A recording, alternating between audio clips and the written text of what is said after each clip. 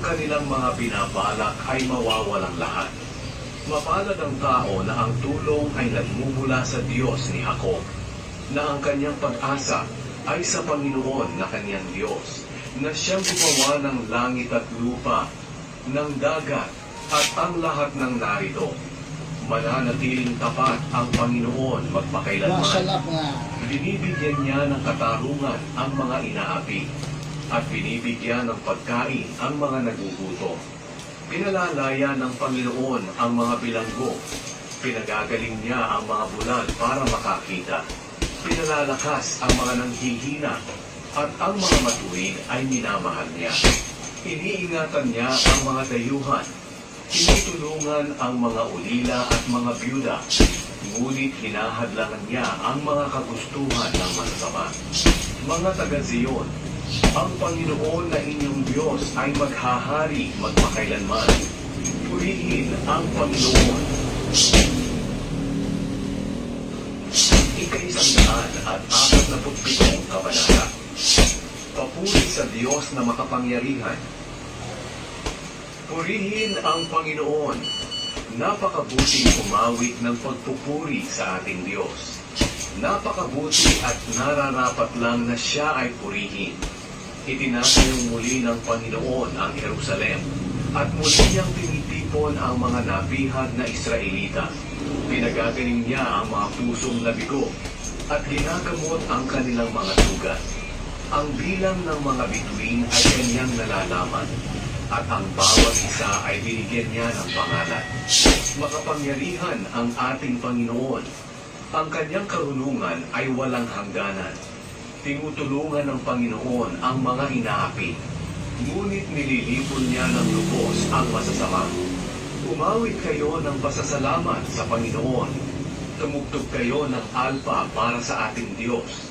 Pinupuno niya ng mga ulap ang kalawakan, at pinauulanan niya ang mundo, at pinatutubo ang mga damo sa kabundukan. Binibigyan niya ng pagkain ang mga hayop at ang mga inakay na uwak kapag dumadaing ang mga ito. Hindi siya nalulugod sa lakas ng mga kabayo o sa katitingan ng mga awan. Ang Panginoon ay nalulugod sa mga may takot sa Kanya at nagtitiwala sa Kanyang pag-ibig. Purihin ninyo ang Panginoon na inyong Diyos, kayong mga naninirahan sa Zion, ang bayan ng Jerusalem, dahil pinatitibay niya ang putuan ng inyong bayan, at kayo'y kanyang pinagpapala. Binibigyan niya ng kapayapaan ang inyong lugar, at binuhusog niya kayo ng pinakamabuting trigo. Inuutusan niya ang mundo at agad naman itong sumusunod. Inilalatag niya sa lupa ang niyebe na parang mga puting kumot, at ikinakalat na parang abot. Nagpapadala siya ng ulan na yelo na parang maliliit na bato. Kahit sino ay walang makatagal sa lamig nito. Sa kanyang utos, ang yelo ay natutunaw. Pinaiihit niya ang hangin, at ang yelo ay nagiging tubig na umaagos. Ipinahayag niya ang kanyang mga salita, mga tuntunin at mga utos sa mga taga-Israel na lahi ni Jacob. Hindi niya ito ginawa sa ibang mga bansa. Hindi nila alam ang kanyang mga utos. Purihin ang Panginoon. Ika-148 kabanata. Panawagan sa lahat para purihin ang Panginoon. Purihin ang Panginoon. Purihin ninyo ang Panginoon, kayong mga nasa langit. Purihin ninyo siya, kayong lahat ng kanyang anghel na hukbo niya sa langit. Purihin ninyo siya, araw, buwan at mga bituin. Purihin ninyo siya, pinakamataas na langit, tubig sa kalawakan. Lahat ng nilalang ay magpuri sa Panginoon. Sa kanyang utos silang lahat ay nalikha. Inilagay niya sila sa kanilang kinalalagyan, at mananatili roon magpakailanman ayon sa kanyang utos sa kanila. Purihin ang Panginoon kayong nasa mundo, malalaking hayop sa karagatan, at lahat ng nasa kailaliman ng dagat, mga kidlat at ulan na yelo, niyebe, mga ulap, at malalakas na hangin na sumusunod sa kanyang utos. Mga bundok, mga buron, mga punong kahoy na namumunga o hindi. Lahat ng mga hayop, maamo o mailang, mga hayop na gumagapang at lumilipad. Purihin ninyo ang Panginoon, kayong mga hari, mga pinuno, mga tagapamahala, at lahat ng tao sa mundo, mga kabataan, matatanda at mga bata. Lahat ay magpuri sa Panginoon dahil siya'y dakila sa lahat. At ang kanyang kapangyarihan ay higit pa sa lahat ng nasa langit at lupa. Pinalalakas niya at pinararangalan ang kanyang mga tapat na mamamayan, ang Israel na kanyang pinakamamahal. Purihin ang Panginoon. Ika-149 na kabanata. Awit ng pagpupuri. Purihin ang Panginoon. Umawit kayo ng bagong awit sa Panginoon. Purihin niyo siya sa pagtitipon ng kanyang tapat na mga mamamayan. Magalak ang mga taga-Israel sa kanilang manlilikha. Magalak ang mga taga-Zion sa kanilang hari. Magpuri sila sa kanya sa pamamagitan ng pagsasayaw. At tumugtog sila ng tamborin at alpa sa pagpupuri sa kanya. Dahil ang Panginoon ay nalulugod sa kanyang mga mamamayan. Pinararangalan niya ang mga mapagpakumbaba sa pamamagitan ng pagbibigay sa kanila ng tagumpay. Magalak ang mga tapat sa Diyos dahil sa kanilang tagumpay. Umawit sila sa tuwa kahit sa kanilang mga higaan. Sumigaw sila ng pagpupuri sa Diyos habang hawak ang matalim na espada para maghiganti at magparusa sa mamamayan ng mga bansa para ikadena ang kanilang mga hari at mga pinuno at parusahan sila ayon sa utos ng Diyos. Ito'y para sa kapurihan ng mga tapat ng mamamayan ng Diyos. Purihin ang Panginoon. Ika-150 kabanata. Purihin ang Panginoon. Purihin ang Panginoon. Purihin ninyo ang Diyos sa kanyang templo. Purihin niyo siya sa langit, ang kanyang matibay na tirahan. Purihin niyo siya dahil sa kanyang dakilang mga ginagawa. Purihin niyo siya dahil sa kanyang kapangyarihang walang kabantay. Purihin niyo siya sa pamamagitan ng pagpapatunog ng mga trumpeta. Purihin niyo siya sa pamamagitan ng mga alpa at lira. Purihin niyo siya sa pamamagitan ng mga tamburin at mga sayaw. Purihin niyo siya sa pamamagitan ng mga instrumentong may kwerdas at mga plauta. Purihin niyo siya sa pamamagitan ng mga matutunog na mga pompya. Ayos na ba kayo? Ang lahat ng may buhay ay magpuri sa Panginoon. Purihin ninyo ang Panginoon. Mga kawigaan. Ang kahalagahan ng kawigaan. Unang kabanata. Ito ang mga kawigaan ni Solomon na anak ni David, hari ng Israel. Sa pamamagitan ng mga kawigaang ito, magkakaroon ka ng karunungan. Maigutuhin mo ang iyong ugali at mauunawaan mo ang mga aral na magbibigay sa iyo ng karunungan. Sa pamamagitan din ito'y magiging disiplinado ka dahil itinuturo nito ang matuwid na paraan ng pamumuhay, mabuting pag-uugali, paggawa ng tama, at pagiging makatarungan. Makapagbibigay ito ng karunungan sa mga walang kaalaman at sa kabata ay magtuturo ng tamang pagpapasya. Sa pakikinig nito, ang marunong ay lalong magiging marunong at ang may pinag-aralan ay magiging dalubhasa upang maunawaan nila ang kahulugan ng mga kawigaan, mga talinghaga at mga buntong ng marunong. Ang pagkatakot sa Panginoon na may paggalang ang simula ng karunungan. Ngunit sa hangad, walang halaga ang karunungan at ayaw niyang maturuan upang maisin ang kanyang pag-uugali. Payo sa pag-iwas sa masamang tao. Anak, tingin mo ang turo at pagtutuwid sa iyong pag-uugali ng iyong mga magulang. Dahil ito'y makapagbibigay sa iyo ng kalagalan katulad ng koronang gawa sa bulaklak, at mga pagpapaganda katulad ng kwintas. Anak, huwag kang madadala sa paghihikayat ng mga taong makasalanan.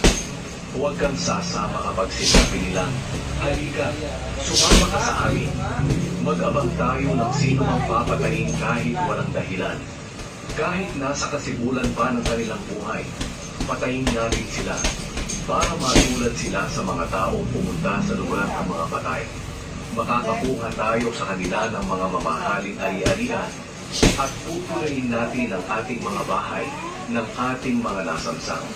Sige na, sumama ka na sa amin at paghahatian natin ang ating mga nasamsam. Anak, huwag kang sumama sa kanila.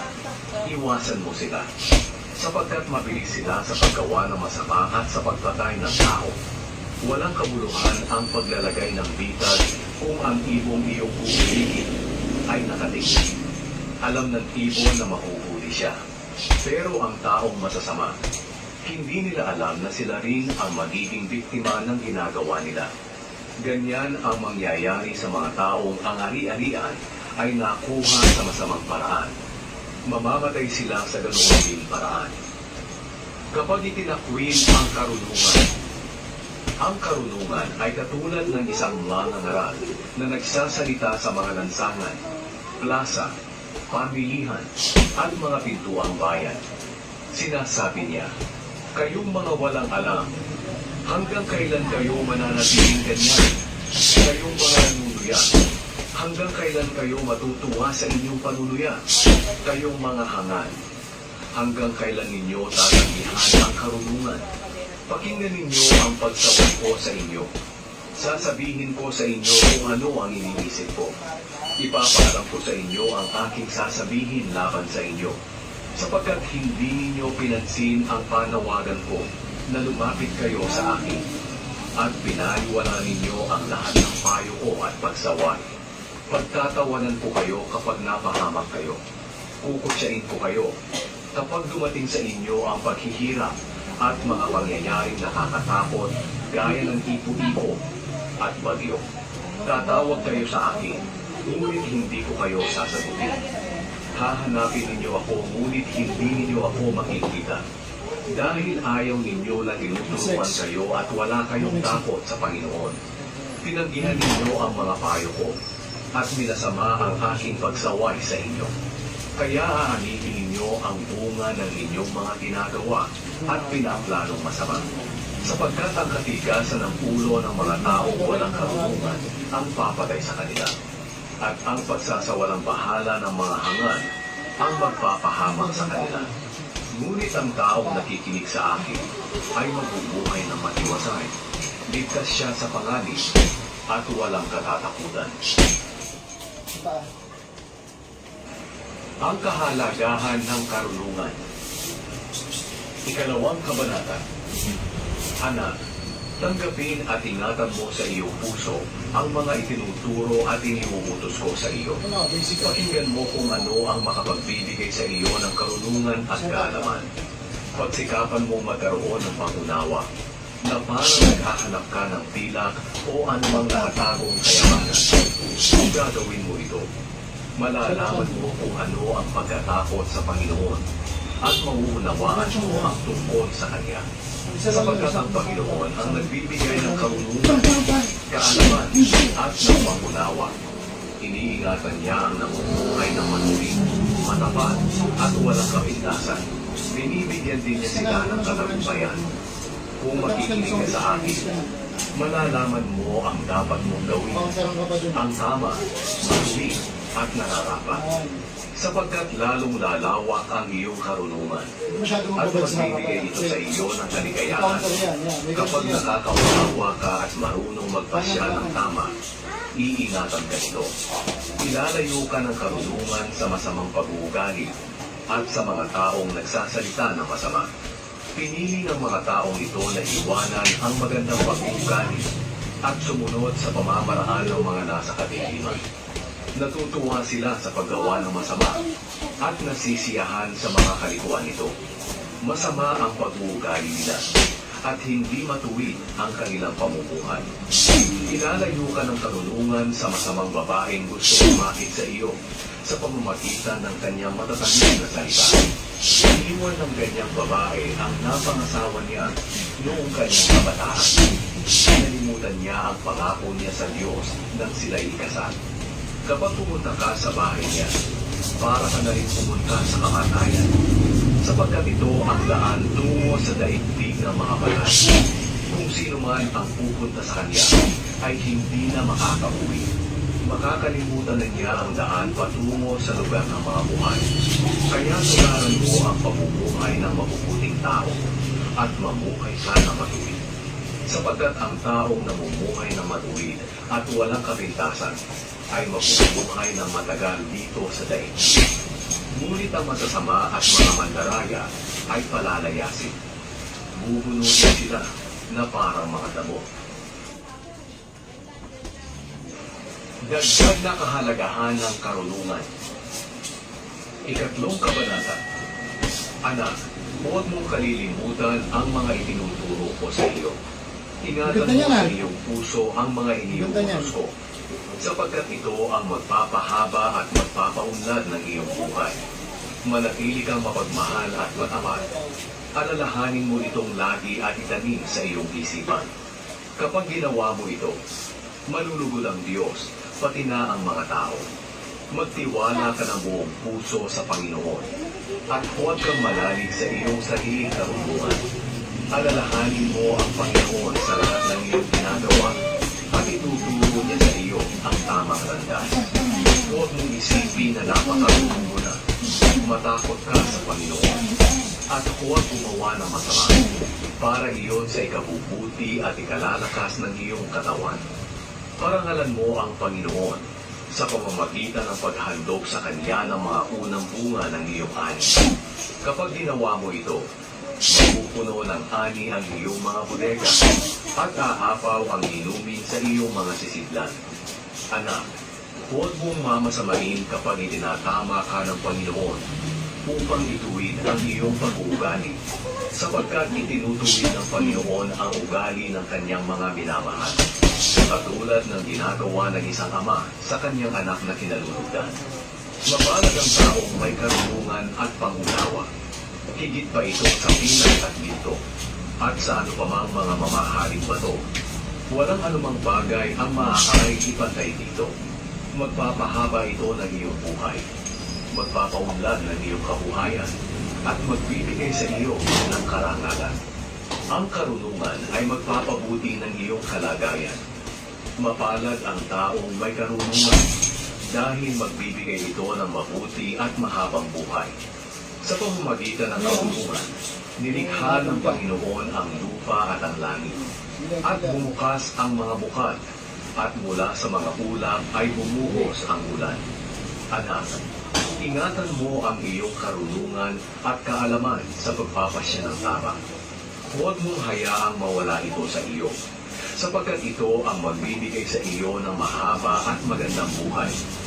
Mabubuhay kang ligtas sa anumang kapahamakan. Makakatulog ka ng mahimbing at walang kinatatakutan. Hindi ka dapat matakot kung biglang dumating ang mga pangyayaring nakakatakot o kung lilipulin na ang masasama. Dahil makakaasa ka na babantayan ka ng Panginoon at ilalayo sa kapahamakan. Hanggang makakaya mo, tulungan mo ang mga dapat tulungan. Huwag mo lang ipagpabukas pa kung kaya mo naman silang tulungan ngayon. Huwag mong pagplanuhan ng masama ang kapitbahay mo na nagtitiwala sa iyo. Huwag kang makipagtalo sa kapwa mo ng walang sapat na dahilan, lalo na kung wala naman siyang ginawang masama sa iyo.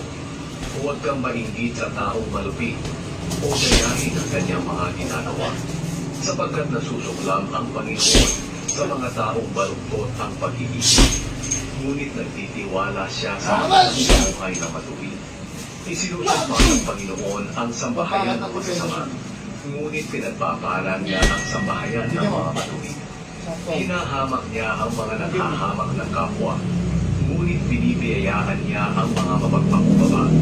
Ang mga marunong ay parangalan, ngunit ang mga hangad ay ilalagay sa kahihiyan.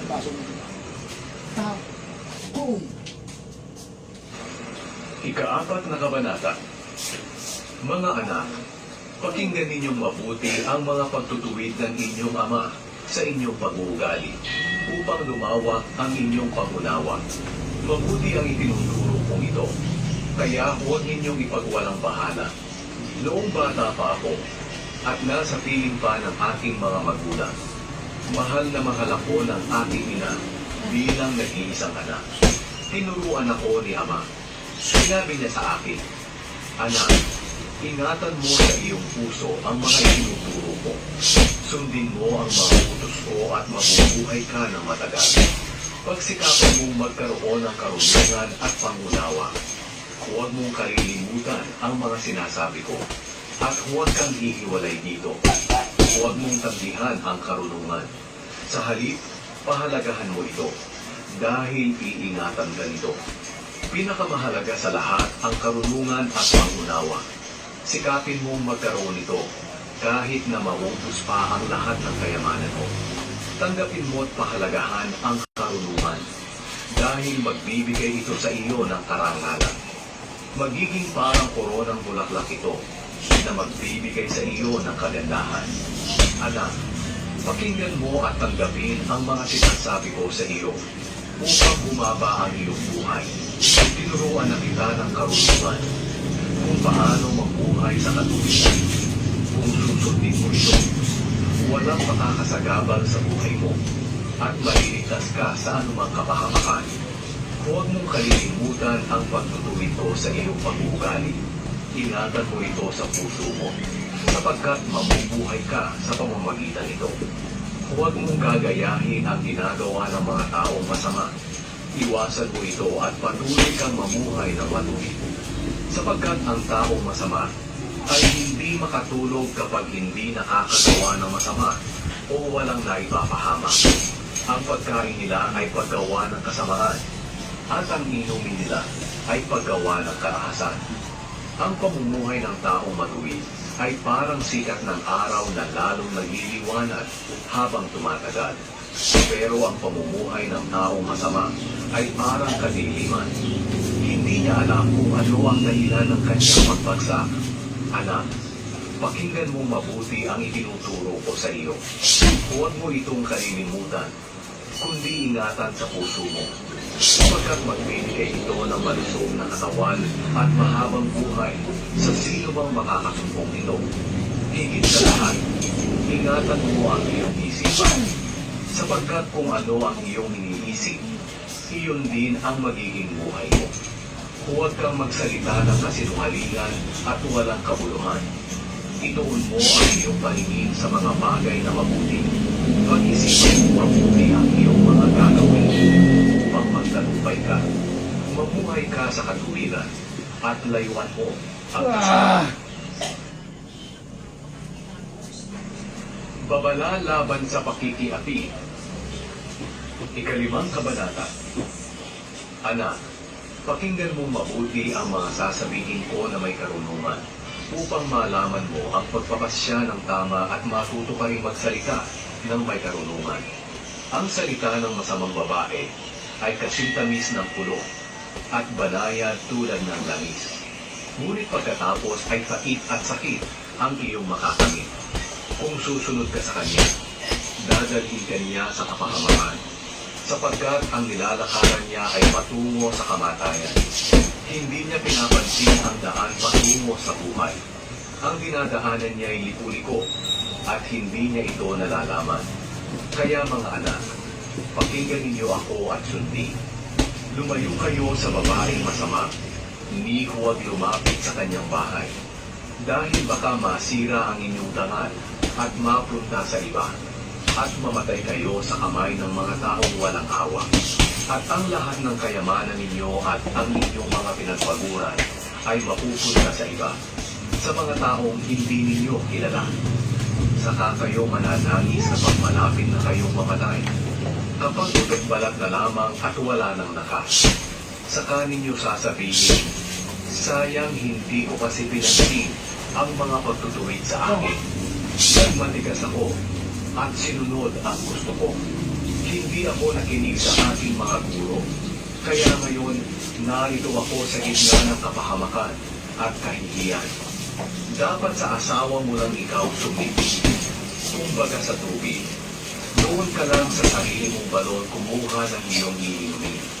Dahil baka magtaksil din sa iyo ang iyong asawa. Dapat ang mag-asawa ay para lamang sa isa't isa at huwag makihati sa iba. Maging maligaya ka sa iyong asawa na napangasawa mo noong iyong kabataan. Maganda siya at kaakit-akit gaya ng usa. Sana ay lagi kang lumigaya sa kanyang dibdib at maakit sa kanyang pag-ibig.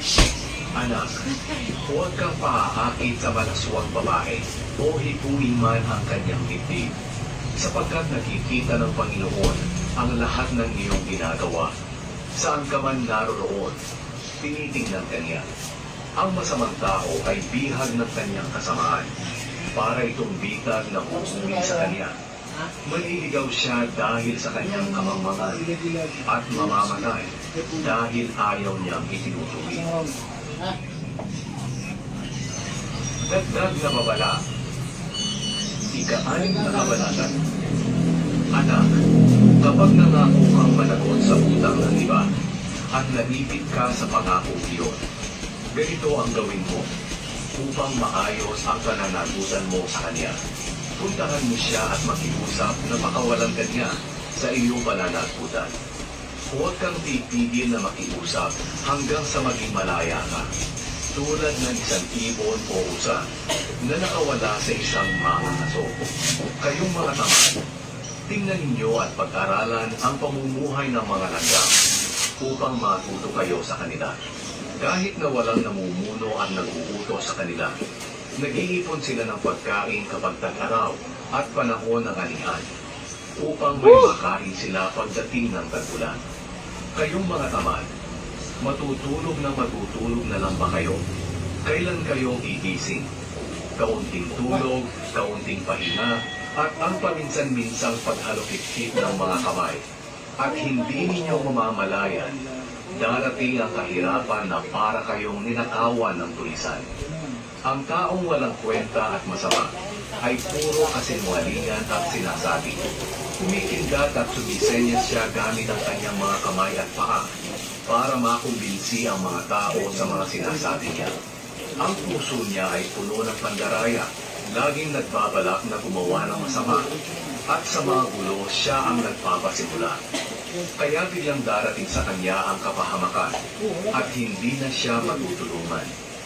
May mga bagay na kinamumuhian ang Panginoon: ang pagmamataas, ang pagsisinungaling, ang pagpatay ng tao, ang pagpaplano ng masama, ang pagmamadaling gumawa ng masama, ang pagpapatotoo sa kasinungalingan, at pinag-aaway ang kanyang kapwa.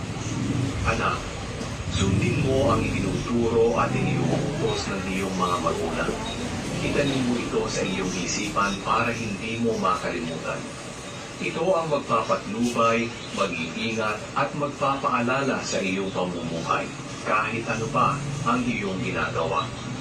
Sapagkat ang mga turo at utos ng iyong mga magulang ay katulad ng isang ilaw na tatanglaw sa iyo, at ang kanilang pagsaway sa iyo para ituwid ang ugali mo ay ikabubuti at ikahahaba ng buhay mo. Ilalayo pa rin ito sa masamang babaeng nakakaakit ang pananalita. Huwag kang magnanasa sa kanyang kagandahan. Huwag kang patutukso sa kanyang pang-aakit. Ang pakikipagsiping sa babaeng bayaran ay pwedeng bayaran sa halaga ng tinapay.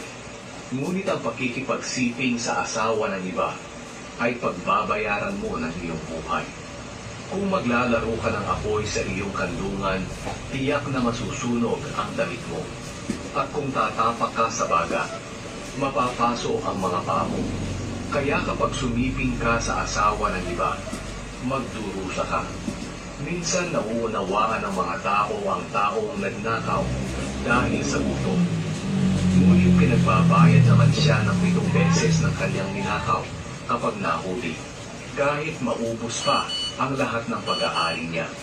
Ang taong sumisiping sa asawa ng iba ay hangal. Sinisira lang niya ang kanyang sarili. Masasaktan siya at habang buhay na mapapahiya, sapagkat ang asawang seloso ay sobra kung magalit at maghihiganti siya ng walang awa. Kahit magkano pa ang ibayan, hindi niya ito tatanggapin. Ikapitong kabanata. Anak, sundin mo ang mga sinasabi ko sa iyo. Itanim mo ito sa iyong isipan at sundin ang mga iniutos ko upang bumaba ang buhay mo. Ingatan mo mabuti ang mga itinuturo ko katulad ng pag-iingat mo sa mga mata mo. Itanim mo sa iyong isipan upang hindi mo makalimutan. Ituring mo na parang kapatid na babae ang karunungan at ang pangunawa na parang isang malapit na kaibigan, sapagkat ilalayo ka nito sa masamang babaeng nakakaakit ang pananalita. Ang masamang babae. Minsan dumungaw ako sa bintana ng aming bahay. Nakakita ako ng mga kabataang lalaki na wala pang muwang sa buhay. Isa sa kanila ay talagang mangmang. Lumalakad siya patungo sa kanto kung saan naroon ang bahay ng isang masamang babae. Takip silim na noon at malapit ng dumilim. Sinalubong siya ng isang babae na ang suot ay katulad ng suot ng isang babaeng bayaran. Nakapagplano na siya ng gagawin sa lalaking iyon. Maingay siya at hindi mahiyain. Hindi siya nananatili sa bahay. Madalas siyang makita sa mga lansangan, mga kanto at mga plaza. Paglapit ng lalaki, ay agad niya itong hinalikan at hindi nahiyang sinabi, "Tinupad ko na ang pangako kong maghandog at may mga sobrang karni doon sa bahay na mula sa aking inihandog. Kaya hinanap kita at mabuti naman nakita kita. Sinapinan ko na ang aking higaan ng makulay na telang galing pa sa Ehipto. Nilagyan ko iyon ng pabahong mira, aloe at cinnamon. Kaya halika na, doon tayo magpakaligaya hanggang umaga. Dahil wala rito ang asawa ko, naglakbay siya sa malayo.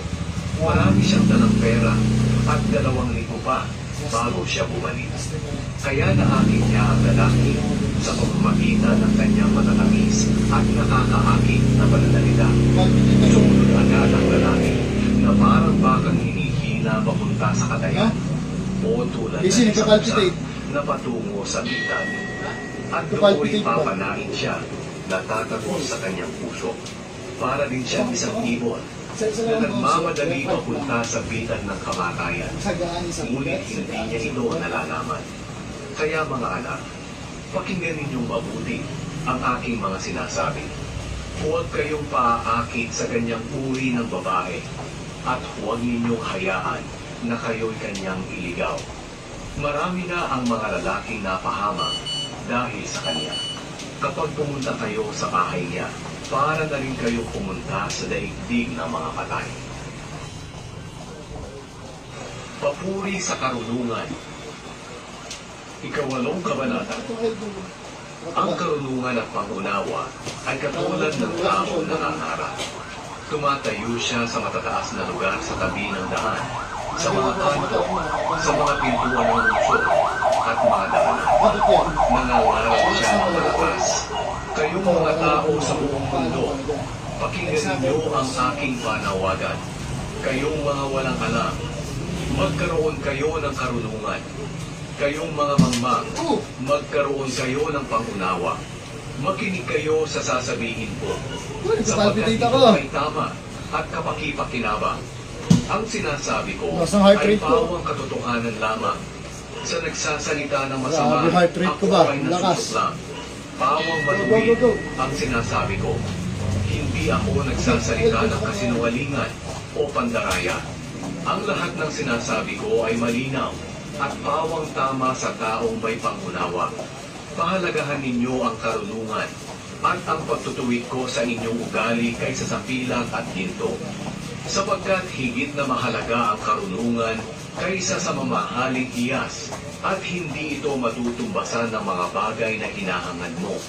Ako ang karunungan at alam ko kung paano unawain ang tama at mali at alam ko rin kung paano magpasya ng tama. Ang may takot sa Panginoon ay lumalayo sa kasamaan. Namumuhi ako sa kapalaluan, kayabangan, pagsisinungaling, at masamang pag-uugali. Magaling akong magpayo, at may sapat na kaalaman. May pangunawa at kapangyarihan. Sa pamamagitan ko nakakapamuno ang mga hari, at ang mga pinuno'y nakagagawa ng mga tamang batas. Sa pamamagitan ko, makakapamuno ang mga tagapamahala at mga opisyal, ang lahat na namumuno ng matuwid. Minamahal ko ang mga nagmamahal sa akin. Makikita ako ng mga naghahanap sa akin. Makapagbibigay ako ng kayamanan, karangalan, kaunlaran, at tagumpay na magtatagal. Ang maibibigay ko ay higit pa sa purong ginto at pila. Sinusunod ko ang tama at matuwid. Bibigyan ko ng kayamanan ang nagmamahal sa akin. Pupunuin ko ang lalagyan nila ng kayamanan. Noong una pa, nilikha na ako ng Panginoon bago niya likhain ang lahat. Nilikha na niya ako noong una pa man. Naroon na ako nang wala pa ang mundo. Ang mga dagat, mga bukal, mga bundok, mga burol, mga bukid, at kahit pa ang mga alikabok. Naroon na ako nang likhain niya ang langit. Maging nang likhain niya ang tagpuan ng langit at ng lupa. Naroon din ako nang likhain niya ang mga ulam. Nang palabasin niya ang tubig sa mga bukal mula sa kailaliman. Nang ilagay niya ang hangganan ng mga dagat upang hindi ito umapaw. At dyan ilagay niya ang mga pundasyon ng mundo. Katulad ko'y arkitekto na nasa tabi ng Panginoon. Ako ang kanyang kasiyahan sa araw-araw at lagi naman ako masaya sa piling niya. Natutuwa ako sa mundong nilikha niya at sa mga taong inilagay niya dito. Kaya ngayon mga anak, pakinggan ninyo ako. Mapalad ang mga sumusunod sa pamamaraan ko. Pakinggan ninyo ang mga pagtutuwid ko sa inyong pag-uugali upang maging marunong kayo. At huwag ninyo itong kalilimutan. Mapalad ang taong laging sa akin nakatuon ang isip at naghihintay para makinig sa akin. Sapagkat ang taong makakasumpong sa akin ay magkakaroon ng maganda at mahabang buhay. At pagpapalain siya ng Panginoon. Ngunit ang taong hindi makakasumpong sa akin ay pinapahamak ang kanyang sarili. Ang mga galit sa akin ay naghahanap ng kamatayan.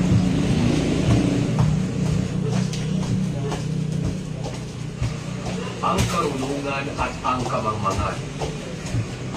Ikasyam na kabanata. Ang karunungan ay katulad ng isang taong nagtayo ng kanyang bahay na may pitong haligi. Pagkatapos nagkaroon siya ng malaking handaan. Naghanda siya ng mga pagkain at mga inumin. At saka inutusan niya ang mga katulong niyang babae na pumunta sa pinakamataas na lugar ng bayan para ipaalam ang ganito. Kayong mga kulang sa karunungan at pangunawa, inaanyayahan kayo sa isang malaking handaan. Hali kayo, kumain kayo at uminom ng aking inihanda. Iwanan na ninyo ang kamangmangan upang mabuhay kayo ng matagal at may pangunawa. Kung sasawayin mo ang taong mangungutya, iinsultuhin ka niya. Kung sasawayin mo ang taong masama, sasaktan ka niya. Kaya huwag mong sasawayin ang taong nangungutya, sapagkat magagalit siya sa iyo. Sawayin mo ang taong marunong at mamahalin ka niya. Kapag tinuruan mo ang isang taong marunong, lalo siyang magiging marunong. At kapag tinuruan mo ang isang taong matuwid, lalo pang lalawak ang kanyang kaalaman. Ang paggalang sa Panginoon, ang pasimula ng karunungan. At ang pagkilala sa banal na Diyos ay nagpapahiwatig ng pagkaunawa. Sa pamamagitan ng karunungan, hahaba ang iyong buhay. Kung may karunungan ka, magdudulot ito sa iyo ng kabutihan. Ngunit magdurusa ka kung ito'y iyong tatanggihan. Ang kamangmangan ay katulad ng isang babaeng maingay, hindi marunong at walang nalalaman. Nakaupo siya sa pintuan ng kanyang bahay o sa upuan sa mataas na lugar sa lungsod at tinatawag ang mga dumadaan na papunta sa kanilang trabaho. Sabi niya, "Hali kayo rito, kayong mga walang karunungan." At sinabi pa niya sa walang pangunawa, "Mas masarap ang tubig na ninakaw at mas masarap ang pagkain na kinakain ng lihim." Ngunit hindi alam ng mga taong pumupunta sa kanya na sila ay mamamatay. Ang mga nakapunta na sa kanya ay naroon na sa libingan. Ang mga kawikaan ni Solomon, ika-10 kabanata. Narito ang mga kawikaan ni Solomon. Ang anak na marunong ay ligaya ng magulang, ngunit ang anak na hangal ay nagbibigay ng kalungkutan. Ang kayamanang nakukuha sa masamang paraan ay hindi makapagbibigay ng anumang kabutihan. Ngunit ang matuwid na pamumuhay ay makapagliligtas sa iyo sa kamatayan. Hindi hinahayaan ng Panginoon na magutom ang mga matuwid. Ngunit ipinagkakait naman niya ang hangad ng mga masama. Nagpapahirap ang katamaran, ngunit ang kasipagan ay nagpapayaman. Ang nag-iimbak ng pagkain kapag anihan ay anak na marunong, ngunit ang anak na laging tulog kapag anihan ay kahiya-hiya. Ang taong matuwid ay pinagpapala. Ang bibig ng masamang tao ay nakakapinsala. Ang alaala ng taong matuwid ay mananatili magpakailanman, ngunit ang masamang tao ay makakalimutan. Sumusunod sa mga utos ang taong marunong, ngunit ang nagsasalita ng kamangmangan ay mawawasak. May kapayapaan ang taong nabubuhay ng matuwid, ngunit ang masama ang pamumuhay ay malalantad. Ang taong may karaya ay gulo ang nililikha, at ang taong nagsasalita ng kamangmangan ay mapapahamak. Ang salita ng taong matuwid ay makatutulong sa buhay ng iba. Ngunit ang mga salita ng taong masama ay makakikinsala. Ang galit ay nagpapasimula ng kabuluhan, ngunit ang pag-ibig ay nagpapatawad ng lahat ng kasalanan. Nagsasalita ng karunungan ang taong may pangunawa, ngunit ang walang pangunawa ay nagsasalita tungo sa kanyang kapahamakan. Nagdadagdag ng kaalaman ang taong may karunungan, ngunit ang mga hangad ay nagsasalita tungo sa kanyang kapahamakan. Seguridad ng mayaman ang kanyang kayamanan, ngunit kapahamakan naman ng mahirap ang kanyang kahirapan. Ang gantimpala ng matuwid ay maganda at mahabang buhay, ngunit ang gantimpala ng masama ay kaparusahan. Ang taong nakikinig sa pagtutuwid sa kanyang pag-uugali ay mapapabuti at hahaba ang buhay. Ngunit ang taong hindi nakikinig ay maliligaw ng landas. Ang nagkikimkim ng galit ay sinungaling, at ang naninira sa kanyang kapwa ay hangal. Ang taong masalita ay madaling magkasala.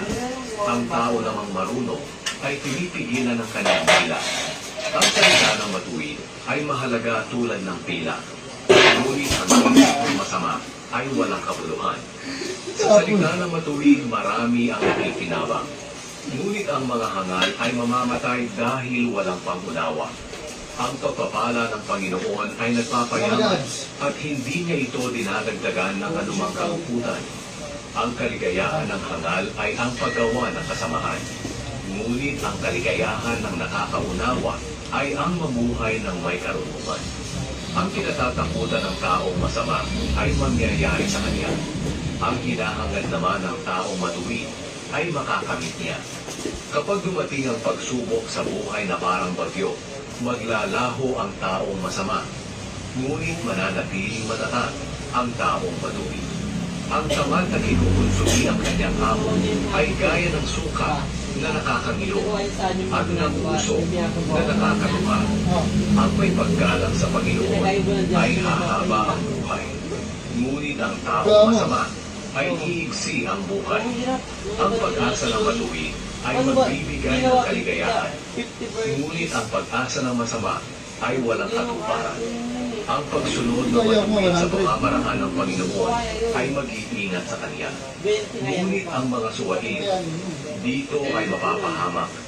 Ang matuwid ay hindi paaalisin sa kanyang lupain, ngunit ang masama ay paaalisin. Ang bibig ng matuwid ay puno ng karunungan, ngunit ang dila ng sinungaling ay puputulin. Alam ng taong matuwid ang angkop at tamang sabihin. Ano? Ngunit ang alam Yan. ng sabihin ng taong masama ay puro kasamaan. Hindi ka palpitate? Oh, lakas oh. Isang kabanata. Kinasusuklaman ng Panginoon ang nandaraya sa timbangan. Ngunit ang nagtitimbang ng tama ay kanyang Sumasabay kinalugdan. talaga Ang taong mayabang ay madaling mapahiya. Ngunit may karunungan ang Pagkain na taong kayo. mapagpakumbaba. Ang pamumuhay ng may katapatan ang gagabay sa taong matuwid. Ngunit ang taong mandaraya ay mapapahamak dahil hindi tama ang kanyang pamumuhay. Ang kayamanan ay hindi makakatulong sa araw ng paghuhukom. Ngunit ang matuwid na pamumuhay ay magliligtas sa iyo sa kamatayan. 10, Ang 20, matuwid 30. at walang kapintasang pamumuhay ay makapagpapagaan ng buhay. Ngunit ang masamang pamumuhay ay maghahatid ng Apat to eh. kapahamakan. Ang pamumuhay ng taong matuwid ang magliligtas sa kanya. Ngunit ang hangad ng Yung pinost taong ko na video mandaraya natin yan. ang magpapahamak sa kanya. Kapag namatay ang taong masama, pag-asa niya'y mawawala at ang kanyang mga inaasahan ay mawawalan ng kabuluhan. Kaya sa Inililigtas ng Diyos sa kahirapan ang matuwid. Ngunit ang masama ay kanyang pinapabayaan. lagi kang change. Sinisira ng hindi Hindi pwede na makadiyos same ang level kapwa ka. niya Kung sa maalis ka pamamagitan center ng line, kanyang yun din mga yung level salita. mo. Ang Cross taong yan eh. matuwid ay Diba, lagi kang mga alis maliligtas center ng line, kanyang kaalaman. maalis ka din sa level mo. Kapag ang matuwid ay pinagpapala, Laki, sumod mga jump straight sa tao'y line. sumisigaw sa tuwa. Pakpong! At Bang! kapag ang masama ay Bang! napapahamak, Bang! ganoon din ang kanilang ginagawa. Sumod balance. Umuunlad ang isang bayan sa pagpapala ng mga mamamayang matuwid. Pag Subalit ka sa baba, nawawasak bang ito dito. sa pamamagitan ng salita ng masama. Ang taong walang pangunawa ay kinukutya ang kapwa. Ngunit ang taong may pangunawa ay hindi nangungutya. Ang mga taong madaldal ay nagsisiwalat ng sekreto ng iba. Ngunit ang taong mapagkakatiwalaan Lagi ay sinaset up. nakakapagtago ng sekreto ng Hindi iba. lang basta sumusuntok. Babagsak ang bansa kung ang namumuno nito ay walang gumagabay. Ngunit kung maraming tagapayo, tiyak ang tagumpay. Delikado ang mangakong managot sa utang ng iba. Kaya iwasan itong gawin upang hindi ka magkaproblema. Ang babaeng maganda ang ugali ay nag-aani ng karangalan. Pero ka na ganito. Ngunit ang taong marahas ay magaling lang sa pag-angkin ng kayamanan. Ang taong tamad ay maghihirap, ngunit ang taong masipag ay yayaman. Masya, Kung mabait ka, para iyon sa iyong kabutihan. Ngunit kung malupit ka, para iyon sa iyong kapahamakan. mag-exercise ka Ang na rin. masamang tao ay hindi tatanggap ng tunay na gantimpala. Let's go, let's go! Ngunit ang gumagawa ng matuwid ay tatanggap ng tunay na gantimpala. Ang taong gumagawa ng matuwid ay patuloy na mabubuhay. Ngunit ang taong gumagawa ng masama ay mamamatay. Kasuklam-suklam sa Panginoon ang pag-iisip ng masama. Ngunit ang buhay na matuwid ay kalugod-lugod sa Kanya. Ang taong masama, tiyak na parurusahan. Ngunit ang matuwid ay makakaligtas. Ang magandang babaeng hindi marunong magpasya ay parang isang gintong singsing sa muso ng baboy. Ang ninanais ng matuwid ay pawang kabutihan. Ngunit ang ninanais ng masama ay nagdudulot ng kaguluhan. Ang mga taong mapagbigay ay lalong yumayaman. Ngunit ang mga taong saking ay hahantong sa kahirapan. Ang taong mapagbigay ay magtatagumpay sa buhay. Ang taong tumutulong ay tiyak na tutulungan. Isinusumpa ang taong nagtatago ng paninda para maitinda ito kapag mataas na ang presyo. Ngunit pinupuri ang taong hindi nagtatago ng paninda. Ang taong naghahanap ng kabutihan ay makakatagpo nito. Ngunit ang taong naghahanap ng gulo ay makakatagpo rin ng gulo. Pagdito ang taong wala sa kanyang kayamanan. Ngunit ang taong matuwid ay lalago na parang sariwang halaman. Ang mga hanga na nagdadala ng gulo sa sariling tahanan ay walang mamanahin sa muli. Magiging alipin lang sila ng mga taong may karunungan. Ang ginagawa ng mga taong matuwid ay makakatulong sa iba upang mapabuti at mapahaba ang kanilang buhay. at madadala niya ang mga tao sa pamamagitan ng kanyang karunungan. Ang mga ginagawa ng mga taong matuwid dito sa mundo ay ginagantihan ng kabutihan. Gayon din sa makasalanan at hindi kumikilala sa Diyos. Ganti sa kanila ay kaparusahan. 12 kabanata. Ang taong tumatanggap ng pagtutuwid sa kanyang pag-uugali ay nagnanais ng karunungan. Ngunit ang taong ayaw tumanggap ay hangal. Ang mabuting tao ay kinalulugdan ng Panginoon. Ngunit ang taong nagpaplano ng masama ay kanyang pinarulusahan. Ang taong gumagawa ng masama ay walang katatagan. Ngunit ang taong matuwid ay matatag tulad ng isang punong kahoy na malalim ang ugat.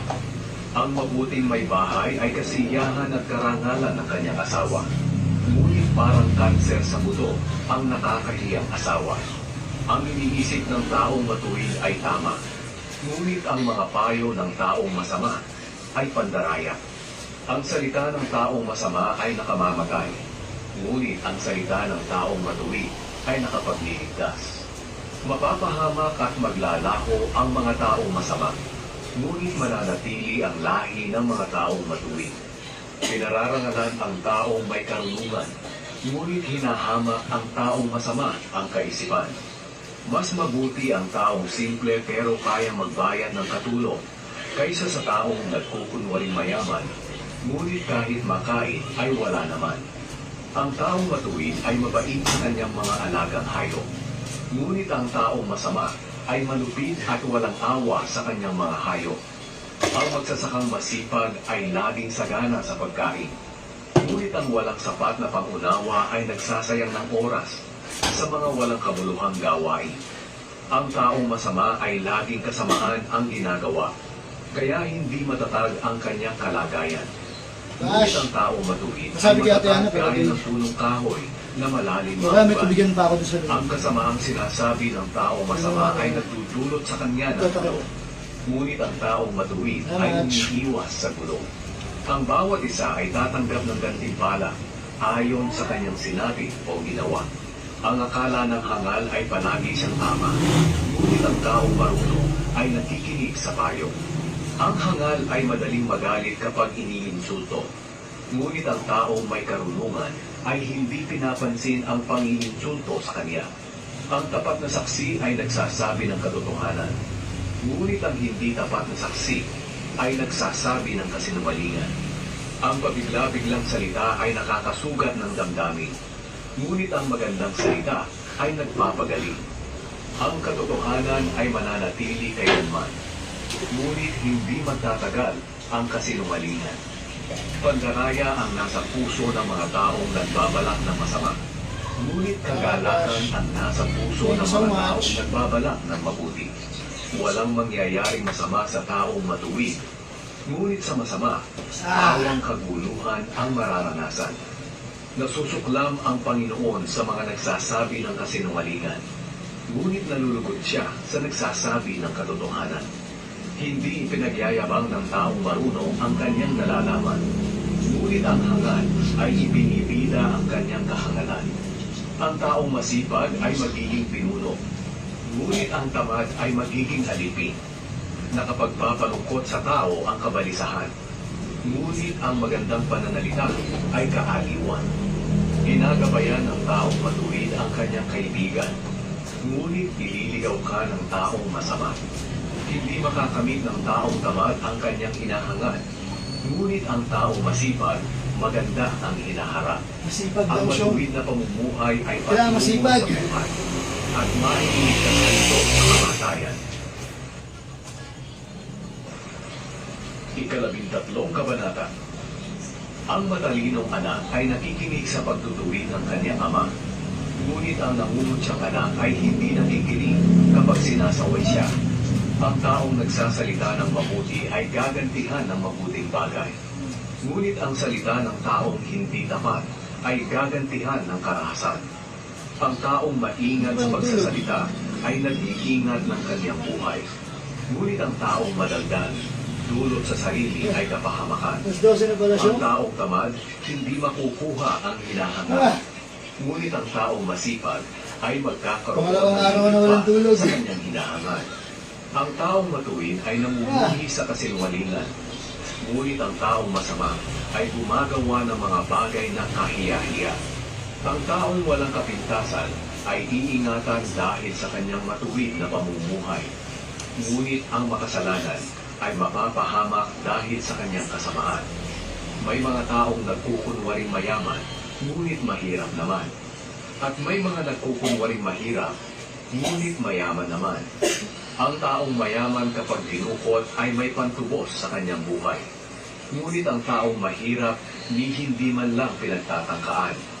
Ang buhay ng taong matuwid ay parang ilaw na maliwanag. Ngunit ang buhay ng masama ay parang ilaw na namatay. Ang kayabangan ay humahantong sa kaguluhan at pagkatalo. Ngunit ang nakikinig sa payo ay nagpapahiwatig ng karunungan. Ang kayamanang nakuha sa pandaraya ay madaling nawawala. Ngunit ang kayamanang pinaghirapan ay pinagpapala. Ang hangarin na naantala ay nakapanghihina. Ngunit ang hangarin na natupad ay nakapagpapalakas at nakapagpapasigla. Ang taong tumatanggi sa turo at utos sa kanya ay mapapahamak. Ngunit ang sumusunod dito ay gagantimpalaan.